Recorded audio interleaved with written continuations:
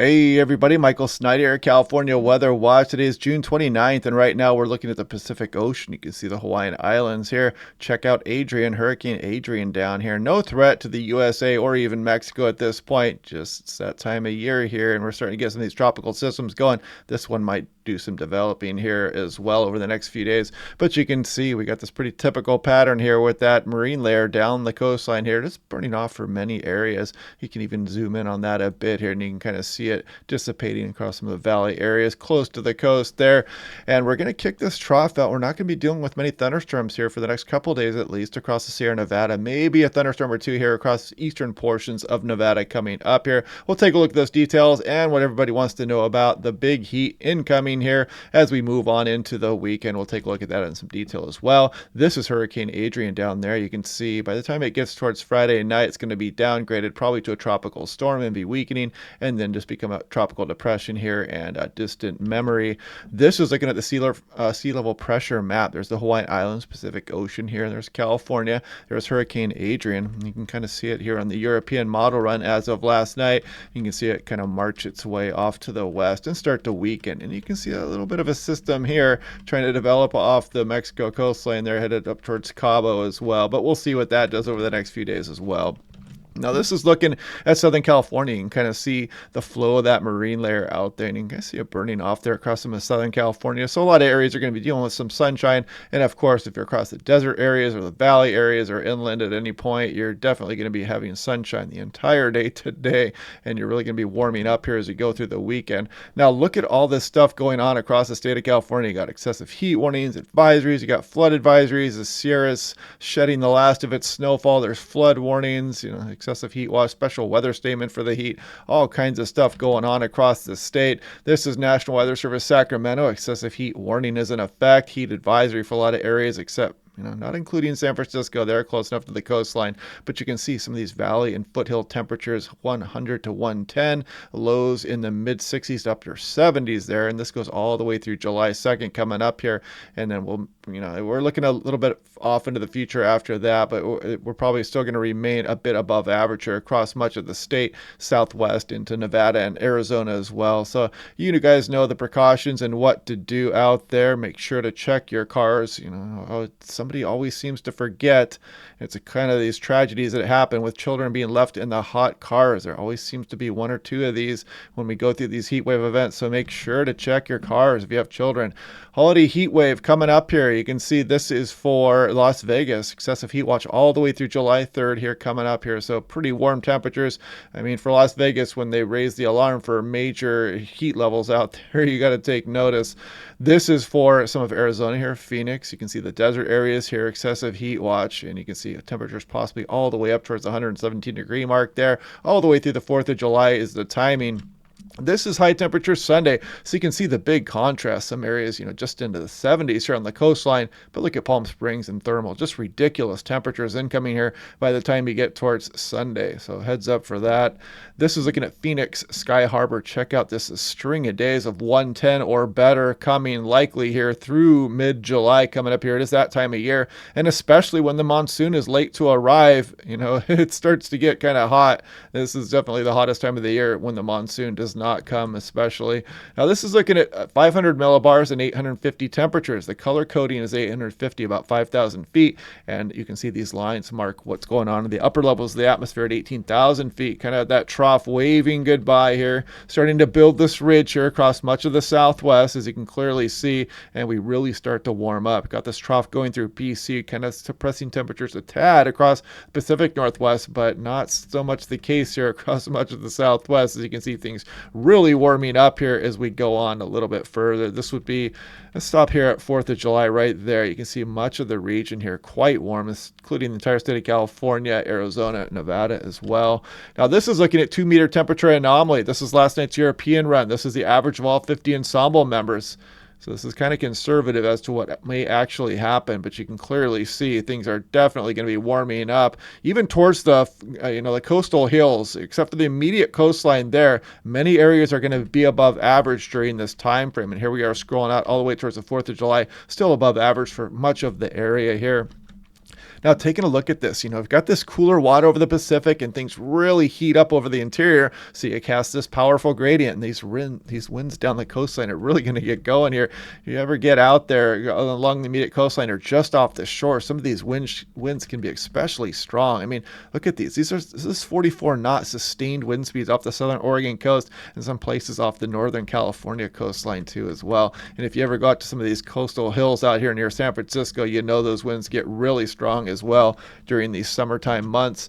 Now, this is looking at composite reflectivity. We've been watching this last few days since we've had thunderstorm activity, and I'll show it today just to show you maybe a couple thunderstorms here across eastern Nevada. You can't completely rule out maybe one popping off of the Sierra Nevada today, but as we go on in through Friday here, you can see not much in the way of precipitation across Arizona, Nevada, or California here, and we'll scroll all the way through Saturday. And again, someone turned off the spigot here. We are going to get dry across the area. This is looking at 700 millibars, 10,000 feet, Hawaiian Islands, Washington, California. Desert Southwest is here, and you can kind of see the remnants of that trough here, suppressing the temperatures a bit, but then you see the warm air start to move into the southwest here at 10,000 feet. A sign of that ridge overhead here, keeping things quite warm and dry across the southwest. And as we go off into the extended, this wants to drop this little tiny system down here, this trough trying to impact some of central and northern California, but we're looking 200 hours out there. So it might be just a pipe dream at this point, but we'll watch for systems like this as we go through the extended forecast. Now, taking a look at 500 millibars, 18,000 feet, something similar, remnants of that trough moving off there, and you can kind of see the shape of the ridge here over the southwest.